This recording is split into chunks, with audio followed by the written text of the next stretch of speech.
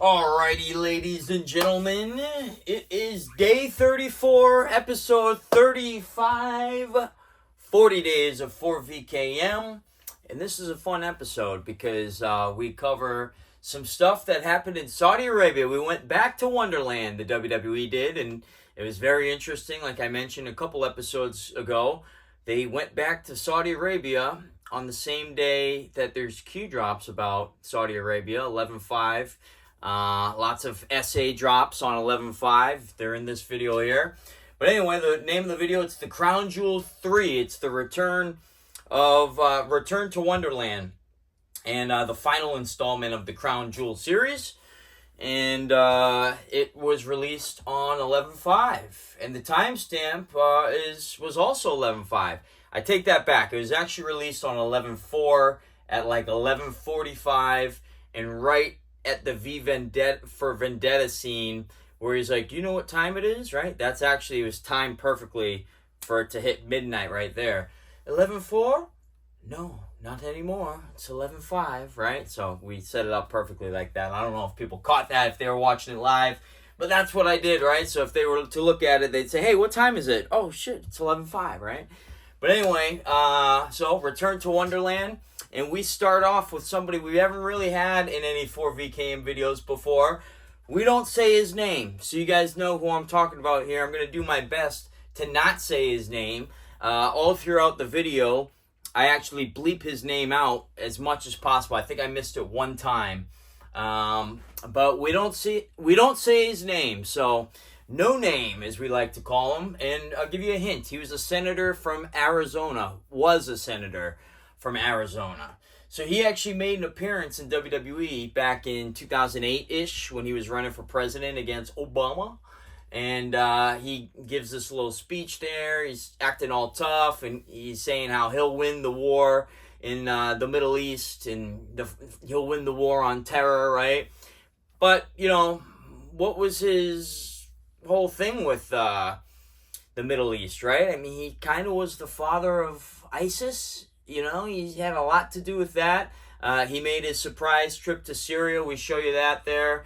Remember the drop that has his picture with all the leaders of ISIS all chilling, right? So it's very, very, very suspect. And, you know, ISIS was this big threat that emerged while Obama was the president. I guess you can say if No Name was the president, then, you know, we would have had the same issue. Because it was all part of their plan, right? Create this boogeyman and then have another endless war over there. Fighting terror. You know, so, you know, speaking of Arizona, we had Carrie Lake. And we show her at the beginning of the video. And she's basically saying, we need to drain the no-name swamp in Arizona. And how about we replace it with a beautiful lake, right? Well, that didn't happen. But it was a good thought, at least. And if anything, what it did was expose more corruption in more ways on how they like to steal elections out there. Because there's no way that Katie Hobbs lady had won. There's absolutely no way. Now, McCain, in his little WWE speech, he says, you don't have to wait till the cage match in November. And speaking of cage match in November, last year in Boston, I got to go to this. It was War Games, this was the first time that they were putting it on the Survivor Series show. It's been a match that's been around for decades, right? But, you know, it was a WCW match. Then NXT picked it up years later. And then for the first time, War Games was going to happen at Survivor Series in Boston, Massachusetts, which I got to be there for. A year later at War Games, on 11/25/2023, we had the return of CM Punk on JFK Jr.'s birthday, of all days, right? So that's the last 4VKM. We'll talk about that in a couple days and how we kind of wrap that up and called our shot there, right? So going back to ISIS, No Name, the father of ISIS. What happens with ISIS when Trump gets in? He beats him pretty quickly, right? He remembered all the speeches he has with the generals, and generals, what do we need to do to Raising Cain? Remember Raising Cain? You know, what do we need to do to beat ISIS? And he gives them what they need, and they eliminate the caliphate and record time, right? Remember he was saying 100% ISIS gone, right? Now we're hearing about ISIS again. What are the odds of this, right? These people are ridiculous, right? Now, going back to McCain's history, he was not very bright, according to President Trump, in terms of his test scores in academy. And he was also on the USS Forrestal. I don't know if I said that correctly, but that was a ship that had a massive fire on it, which caused the death of 134 service members while he was stationed on board. Now, some people say that he caused that fire. That was kind of one of the first things that he did. There's no definitive proof of that. The official story is that there was a electrical malfunction that fired a rocket off by accident, and that's what caused all that death and destruction. But what are the odds that, No Name was on that ship? Now, speaking of no-name ships, it's funny because if you remember, Trump is doing that ceremony, I think it was on Memorial Day, and he's with the troops, and, there's a couple battleships around, and somebody had the idea to move the USS No Name out of the way, right? Get it out of here, right? And, the media jumps on that because they know that Trump hates McCain, hates No Name. But it's kind of funny, too, because we know No Name as No Name from the drops, right? And we don't say his name, even though I've screwed up and said it twice already. But what are we going to do? We can't see the ship because we don't say his name, right? So let's move the ship out. They asked President Trump about it. They say, hey, why'd you do that? And he said, I didn't do it. I had no idea. He said, somebody did it, though. And I guess their intentions were well-meaning, right? So it's kind of funny. He gives credit where credit's due to the folks who moved No Name out of the way there, right?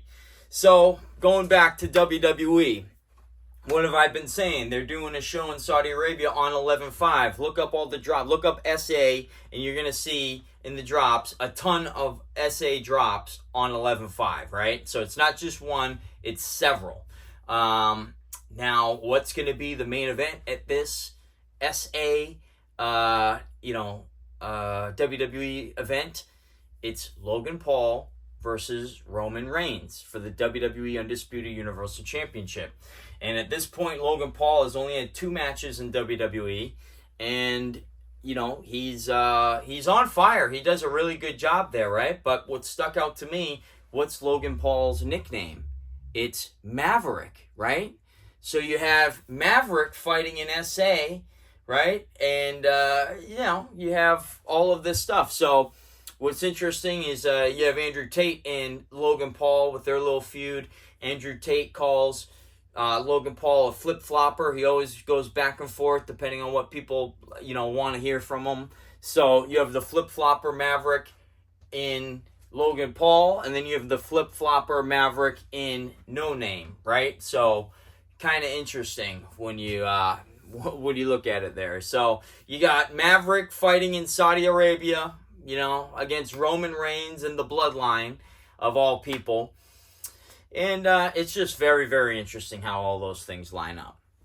So now we're going to go back to some fake news, right? We got Donnie, my man Donnie, Anderson Cooper, he's got him on, and they're talking about Trump's been going off. I mentioned this in, I think, the last episode. He's been going off about QAnon, right? He's posting all these Q tweets. Remember, he posted the meme of himself with the letters that say, the storm is coming, I think it says, right? And it's Trump wearing a Q lapel.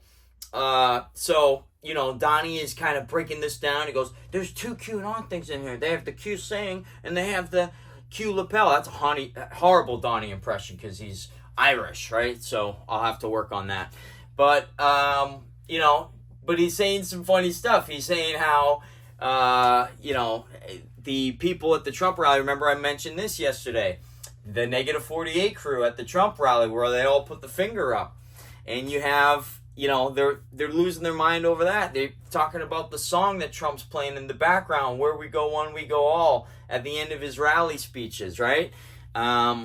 It's just hilarious. And he uses a phrase, he's been playing footsie with QAnon for forever. He'll never disavow it, but he plays footsie with it, right? And you remember that little GIF that VK had posted that one time playing footsie? 2 people underneath the stalls, right? So throw that in there too because it's fun. But it's true. He has been playing footsie for a very long time. Going back to one of the things I showed you when he bought Monday Night Raw. When did he buy it? He bought it in the 17th year of Monday Night Raw. And he says it twice when he's talking to Vince McMahon in the ring there. So it's fun at the end of the day, right? He doesn't know anything about it, but he's always talking about it, right? So, one of the last episodes also we talked about was Follow the White Rabbit and Bray Wyatt and how he was using the White Rabbit to, come back to WWE. And remember, from those drops, what's Wonderland? Wonderland equals SA, Saudi Arabia, right? So Bray Wyatt is back. He's going to make an appearance at Crown Jewel at Saudi Arabia. And how are they advertising it? They go, follow the White Rabbit to Riyadh, Saudi Arabia on 11/5, right? So it's very, very interesting. At the end of that episode, we talked about the QR code, right? How they were using QR codes to kind of hide throughout the shows, so then they could kind of, fans were basically becoming anons, scanning the QR codes and, finding out the clues on what's leading them to, who's going to be returning as this White Rabbit character. So they're doing that, and, I mentioned my man B Skulls, how he was at that event where Bray Wyatt returned, and he brought a 4VKM QR code sign that he had made, and he was too far back. It made television, but he's too far back for it to be scannable, right? But then to his commitment, he's like, from Philly, I'm going to Raw in Brooklyn the next night, and I'm going to get another shot at it. So the next night is the 25th anniversary of D-Generation X, right? DX. And you have Triple H, Shawn Michaels, Road Dogg, X-Pac. They're all out in the ring, and they're giving their little promo. And this is the main event of Monday Night Raw. This is the last thing going on Monday Night Raw. And it's funny, I think I fell asleep towards the end of the show. And I was looking for the QR code the whole night, and I said, damn, we didn't get the QR code, right? And then I wake up in the morning, and Twitter's talking about it. 4VKM channel had blown up on Rumble because the QR code made the main event. And then in all the clips that WWE shows, right, the highlights, the QR code's in there, right? So all these people are scanning the QR code on their televisions because they think it's part of the show. Well, maybe it is part of the show, right?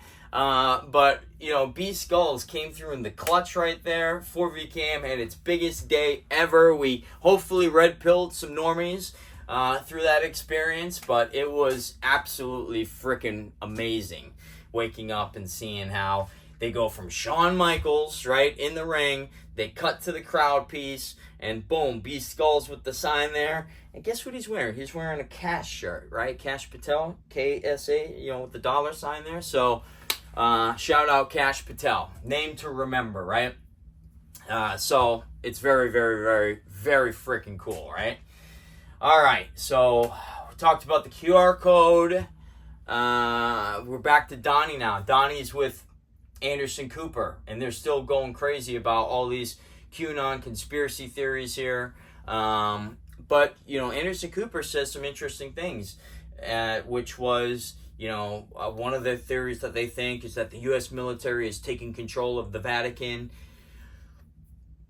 Yeah, I'd actually agree with that. I wouldn't be surprised if that happened there. Who has the gold, right? Where was the gold?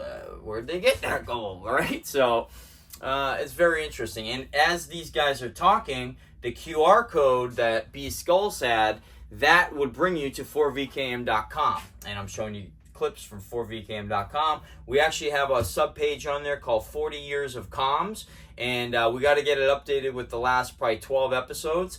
But what that has is basically the tags of every episode there, and it creates like a big word image, so you can see it's almost like the ending credits, almost, or it's like the credits, we'll call it, right? So we scroll through that in the video, so you guys can see that. Now, this was, I thought, very interesting. As they're going back to this show in Saudi Arabia on 11/5, they have, at the first Saudi Arabia show that they ever did, they had these Saudi Arabian wrestlers. One of them they signed to WWE, which was Mansoor, right? And then it was funny because every show that they did in Saudi Arabia, they'd have Mansoor on the card, and no matter who he was fighting, this little guy was beating everybody, right? So he was like undefeated in Saudi Arabia until they stopped putting him on those shows. And, so Mansoor, but in his first appearance ever, he's out there. A bunch of Saudi wrestlers are in the ring being introduced to the hometown crowd, and these two Iranian wrestlers come out, right? The Davari brothers, Ari Davari and Sean Davari, who were, Sean Davari was a wrestler back in the day. I think he's an agent now in WWE. And then his little brother, Aria Davari, he was currently signed to WWE. So they come out and they start talking about how Iran is the greatest nation in the world, right? And all the Saudis in the crowd, they start booing the hell out of them. They don't like Iran, right? So, you have this little tussle between Iran and Saudi Arabia in the middle of the ring. So what happens now, years later, going into this Crown Jewel event in Saudi Arabia, what's going on? You have Iran threatening Saudi Arabia, and Saudi Arabian intelligence sharing with the United States that there could be an imminent threat to Saudi Arabia from Iran.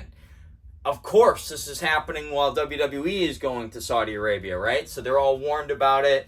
They're all giving the heads up. It's news. Iran's about to attack. Of course, they're going to attack during, while WWE's over there. Because they love to just ruin everything WWE's ever doing, right? Remember the Khashoggi thing happened right when WWE was going over there as well? So it's just, it's a global game of risk, as they said. Not saying SA is clean by any means, but they're important piece of the chessboard in this global game of risk, right? So we talked about V for Vendetta and how the video was released on 11/4, and right when we got to this clip with the scene from V for Vendetta where they go, remember the 5th of November, which, by the way, what's the election on this year, 2024? 11/5, right? 11 times 5 is 55. 55 equals JFK Jr., but it's also 5-5 too, right? So loud and clear we are. So as we're kind of talking about that, and going through that scene, I show clips that I've shown a million times of RFK standing next to a guy wearing the V for Vendetta mask, right? So there's the two pictures. There's the one that he put on Instagram, which is in Washington, D.C., with, I think, the Capitol in the background. And then there's the other one that was dropped on his Twitter account, which was on 7/16, I think 2018, 7/16, the anniversary of the plane crash. And instead, now this guy's wearing a yellow Anon mask, right? So now fast forward, WWE, NXT, 2022. You have this group called The Schism, and they're about to unveil a new member, and they're all wearing the same yellow Anon mask, the V for Vendetta mask, but they're yellow, just like the guy in RFK's picture, right? And as that mask is revealed, who is behind the mask? Believe it or not, it's The Rock's daughter. And her name is Ava Raine. So her name is Ava Raine. And let's do some gematria real quick. So I mentioned the group. The group was called Schism. Schism equals 71. Think mirror. Ava Raine. What's her name? Ava Raine. Ava Raine equals 71. Think mirror. You have two 17s right there, right? So you have Ava in the yellow Anon mask, just like the mysterious guy next to RFK or in the San Francisco Bay on the paddleboard. And she's revealed, right? Now, her parents are The Rock, and her mother is Danny Garcia, who's The Rock's partner. They together bought the XFL from Vince McMahon in a sweetheart deal. Remember, Vince sold it to The Rock for $15 million. And what was the company that The Rock had formed to acquire this XFL? It was Alpha Aquico, which equals 107 again, right? So it's kind of all over the place. So we go from XFL. We're talking about the XFL, and they're gonna have their first game coming up on February 18th, 22, I think it was, or it might have been 2023. Yeah, February 18th, 23.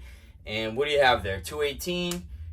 John F. Kennedy Jr. spelt out, I believe, is 218. So a lot of good 218s out there, but I thought that was a nice little fun one. And don't forget, you had The Rock, who gave that speech that everybody thought he was talking about Trump when you had the Black Lives Matter rally going on, right? The riots going on in the summer of 2020. He gives that speech. Where are you? Where are you? Right? So who was he asking for? Who was he asking? What leader was he calling out there that has been away for a while and has to come back and explain what's going on, right? I don't know.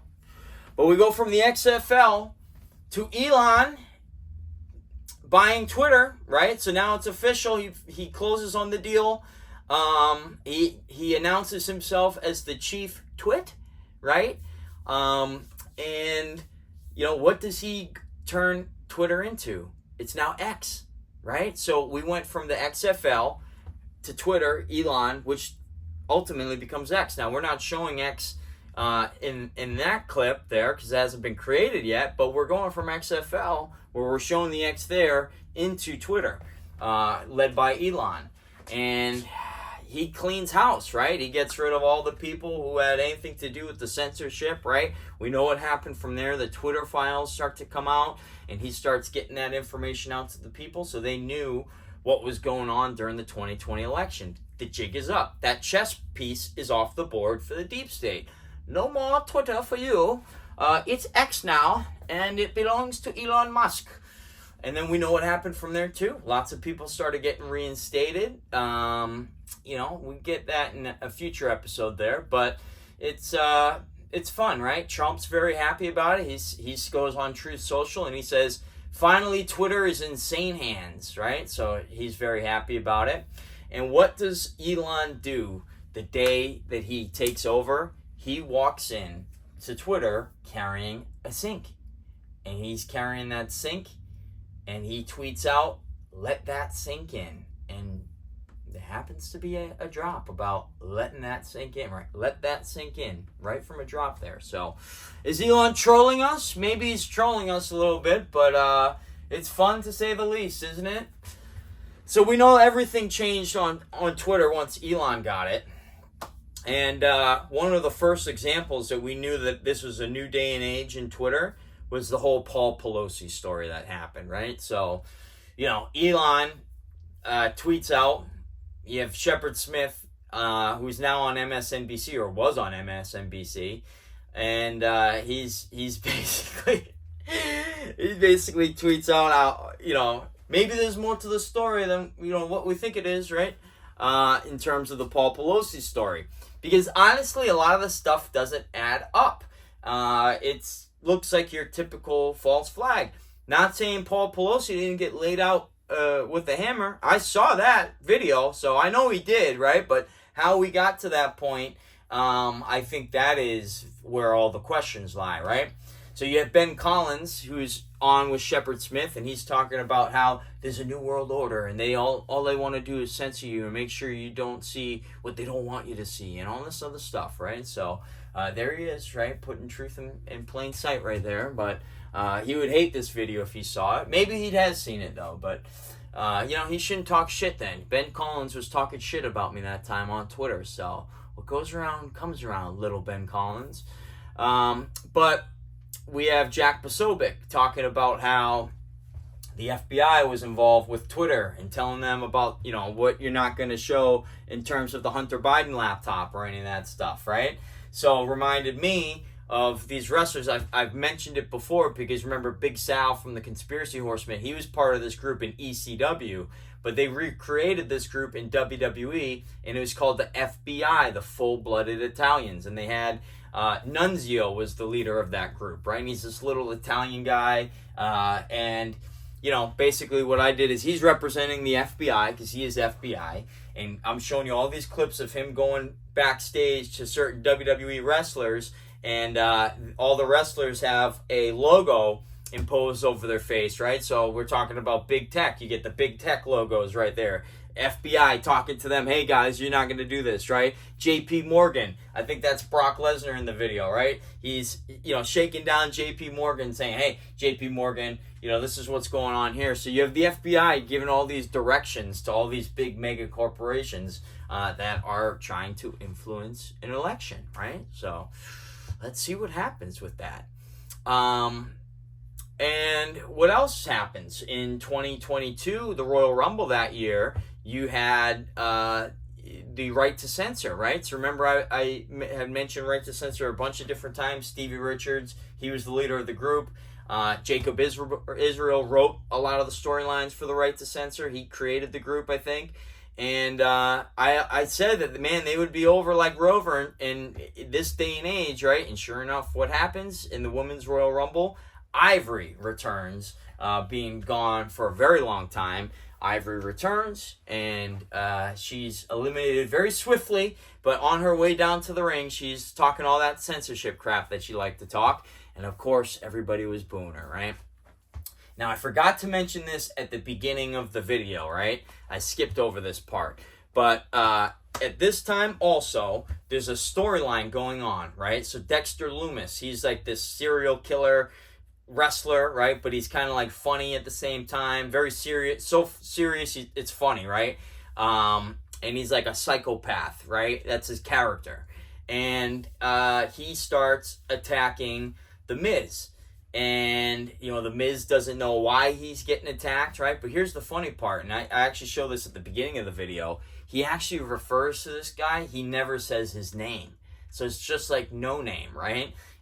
He refuses to say this guy's name, and I go through all the clips in the beginning of the video of The Miz not saying his name. He would do the same things we do. We will not say his name or no name or any type of variation of it, right? So you have Miz and this no-name guy, Dexter Lumis is his name, and Dexter Lumis is stalking The Miz, right? He keeps attacking The Miz, right? But then there's a wrestler, Johnny Gargano, a.k.a. Johnny Wrestling, who is basically uncovering the whole thing because he knows Dexter Lumis. He was friends with him in previous stories in WWE, and he's basically saying, look, Dexter's got to be getting paid because Dexter only does this for hire, basically, right? So, tie this back to the Mr. Pelosi story.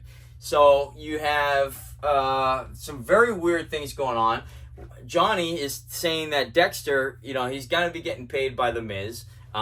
There's no way that he'd be doing this on his own. And you can kind of tell because some of the times he'd grab him. The Miz would be, faking it. Sometimes he wouldn't attack him at all. He would just stare him down. So he gives all these examples of how they're kind of working together, but you wouldn't know unless Johnny was pointing these anomalies out.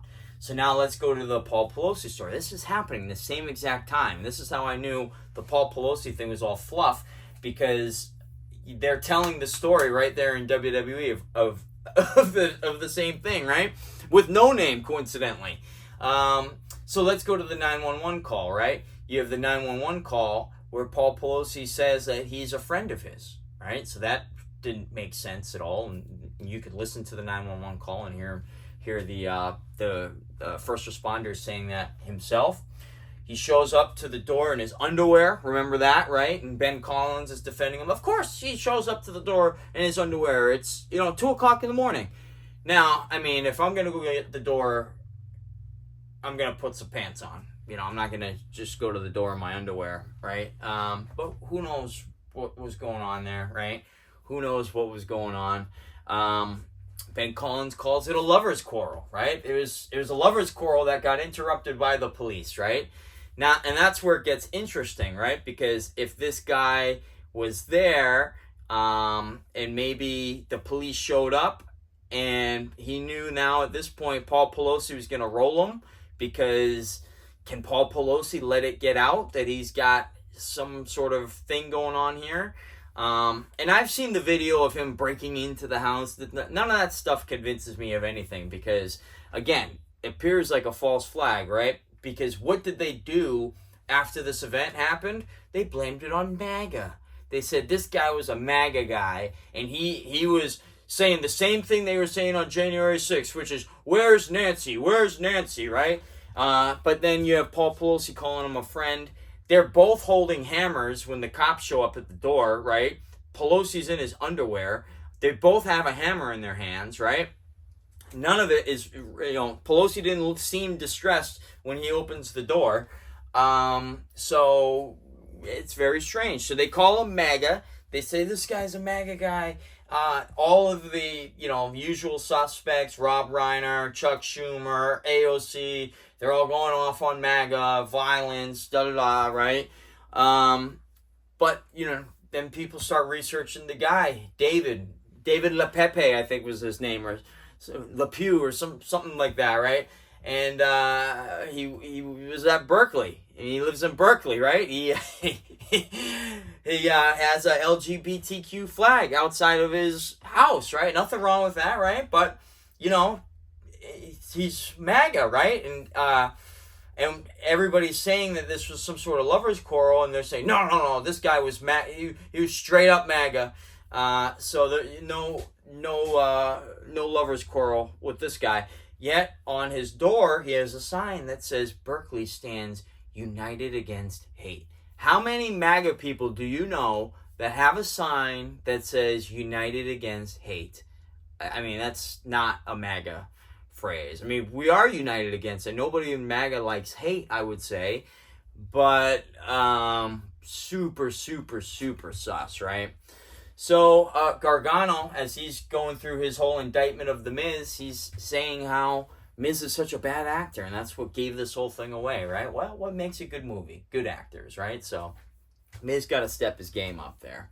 But Ben Collins, again, going off on Elon Musk, because this would have never happened under Twitter 1.0.